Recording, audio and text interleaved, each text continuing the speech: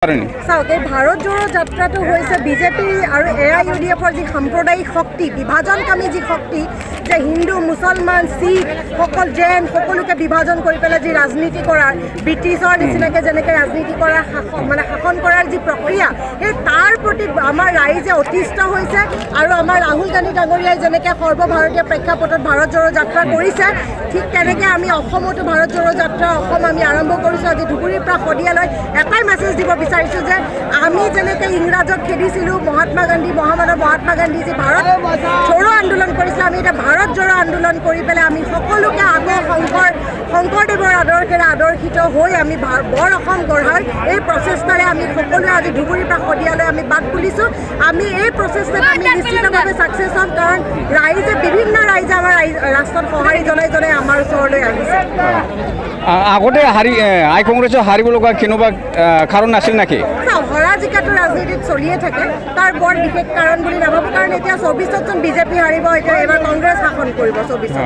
আমি অত্যন্ত প্ৰেৰণা পাইছোঁ আৰু আমি অসমবাসীৰ ৰাইজৰ ধন্যবাদ জনাই পেলাই আহ্বান জনাইছোঁ যাতে ৰাজ্যখনৰ শান্তি সম্প্ৰীতিৰ স্বাৰ্থত, প্ৰগতিৰ স্বাৰ্থত আহি থকা সময়ত এই পৰিৱৰ্তনৰ পৰা পৰিত্ৰাণ বিচাৰিবৰ কাৰণে ধুবুৰীৰ পৰা শদিয়ালৈ ৰাইজে আমাক এইদৰে সহায় সহযোগিতা নিশ্চিতভাৱে মই আপ্লুত হৈছোঁ। আৰু মই ধুবুৰী আমাৰ গুৰুগঞ্জবাসীক দ্ৰুতশিৰে প্ৰণিপাত জনাইছোঁ তেখেতসকলৰ অভূতপূৰ্ব সমৰ্থনৰ কাৰণে।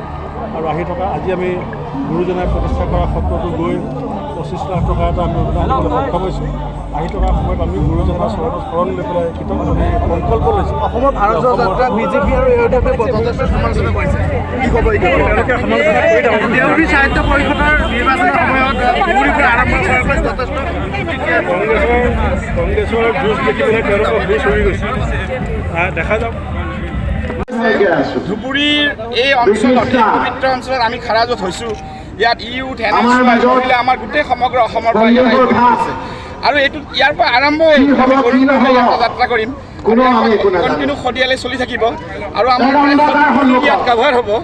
ভাৰত জোড়ো যাত্ৰা ইতিমধ্যে ৰাহুল গান্ধীয়ে কন্যাকুমাৰীৰ পৰা কাশ্মীৰলৈ আৰম্ভ কৰিছে, আৰু ইতিমধ্যে তেলেংগানা পাইছে তেওঁলোকক গোটেই। আৰু অসমৰ এই আজি নেতৃত্ব লিডাৰশ্বিপ, কেন্দ্ৰীয় প্ৰাক্তন মন্ত্ৰী জিতেন্দ্ৰ সিং সাহাব, our leader of the opposition, PCC president, deputy leader, all leadership, our member of parliament, Gaurav Gogoi, all frontline heads of ইয়াত আহি পাইছে। এইটো আৰম্ভ হয়, আপোনালোকে আশীৰ্বাদ ৰাখক। এই যাত্ৰা ইয়াৰ পৰা ক্ৰমান্বয়ে আৰম্ভ হ'ব, আৰু এই যাত্ৰা যিমান আগবাঢ়ি যাব, এই যাত্ৰাৰ জোৰ আগবাঢ়ি যাব।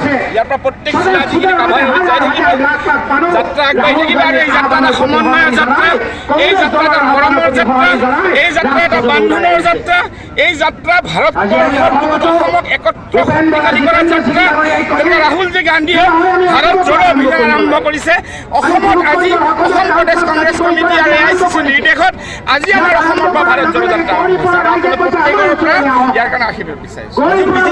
সমালোচনা কৰিছে যে ভাৰতীয় যাত্ৰা আৰম্ভ হৈছে, ভাৰতীয় যাত্ৰাত যিসকলোকে অংশগ্ৰহণ কৰিছে সন্দেহজনক নাগৰিক কৰিছে। আমাৰ সমূহ ভাৰতীয়, সমূহ অসমীয়া মানুহ ইয়াতে অংশগ্ৰহণ কৰিছে। অসম অসমীয়াৰ হয়, আৰু অসমত অসমীয়াই আজি ভাৰত জোড়ো যাত্ৰা ইয়াত আৰম্ভ কৰিছে। ইয়াত কোনো সন্দেহ নাই আৰু কোনো কথা নাই। এতিয়া সমালোচনাটো চাওক, ৰাজনীতিৰ পথাৰত সমালোচনা, প্ৰত্যাক্ৰমণ, আক্ৰমণ এইবিলাকতো থাকিবই। আমি আমাৰ যাত্ৰা চলাই যাম। ছাৰ, আপুনি জানেনে অসমীয়াৰ উৎপত্তিগত অৰ্থ জানেনে আপুনি? আপুনি শুনক, অসম জন্ম কেতিয়া হৈছিল, আজি কিমান অসমৰ সংস্কৃতি, ভাৰতৰ সংস্কৃতি অসমীয়া।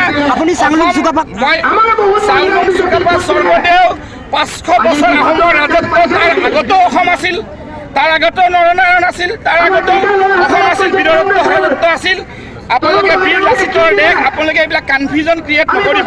আজি আশীৰ্বাদ দিয়ক, আজি ইয়াতে কাৰবাৰৰ কাৰণে চিন্তা নকৰিব, আৰু আমাৰ যাত্ৰা চলিব। যাত্ৰা আপোনালোকে কোনোমতে বন্ধ কৰিব। আমিও সমভাগ ল'ব বিচাৰোঁ আপোনাৰ আপোনালোকৰ বিশাল আজি ভাৰত জোড়ো যাত্ৰা বিশাল আয়োজন দেখি ৰাহুল গান্ধীয়ে গোটেই ভাৰতবৰ্ষ কপাই দিছে।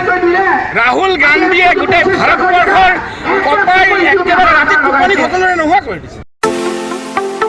फोरोंगिरि मावनो गोसो जानाय बिजाथिफोरनि थाखाय गोजोनथाव खौरां बाक्सा जिल्लानि सालबारियाव थानाय गुड शेफार्ड नेशनेल स्कुलाव गोबां फोरोंगिरिनि गोनांथि जादों। बे फरायसालियाव गाहाय फोरोंगिरिजों लोगोसे आखान्थि फोरोंगिरि आरो साबा आयदा फोरोंगिरिफोरनि गोनांथि जादों। फोरोंगिरिफोरनि मासिखौ बिजाथिफोरनि गेजेराव आनजाद लानायनि गेजेरजों थिसननानै लानाय जागोन। गाहाय फोरोंगिरि मासियाव एप्लाइ खालामनो थाखाय बिजाथिफोरा MA, MSc, BEd डिग्री लानाय इंराजि रोंगौथि गोनां लोगोआव 5 बोसोर गाहाय फोरोंगिरि महरै मावखांनाय रोंगौथि थानाय जानांगोन। गाहाय फोरोंगिरिनि दान बान्थाखौ 14 निफ्राय 20 रोजानि गेजेराव होनाय जागोन। बेजों लोगोसे बिगियान फोरोंगिरि, इंराजि आयदानि फोरोंगिरि, बिगियान आयदानि फोरोंगिरि, हिन्दी आयदानि फोरोंगिरि आरो सासे हस्टेल फोरोंगिरिनि गोनांथि। बेफोर आयदा फोरोंगिरिनि थाखाय गोसो गुदुं बिजाथिफोरा एप्लाइ खालामनोब्ला बिगियान फोरोंगिरिनि थाखाय बिजाथिया MSc आरो BEd डिग्री लानाय जाथारनांगोन। बेनि दान बान्थाखौ 10 निफ्राय 15 रोजानि गेजेराव होनाय जागोन।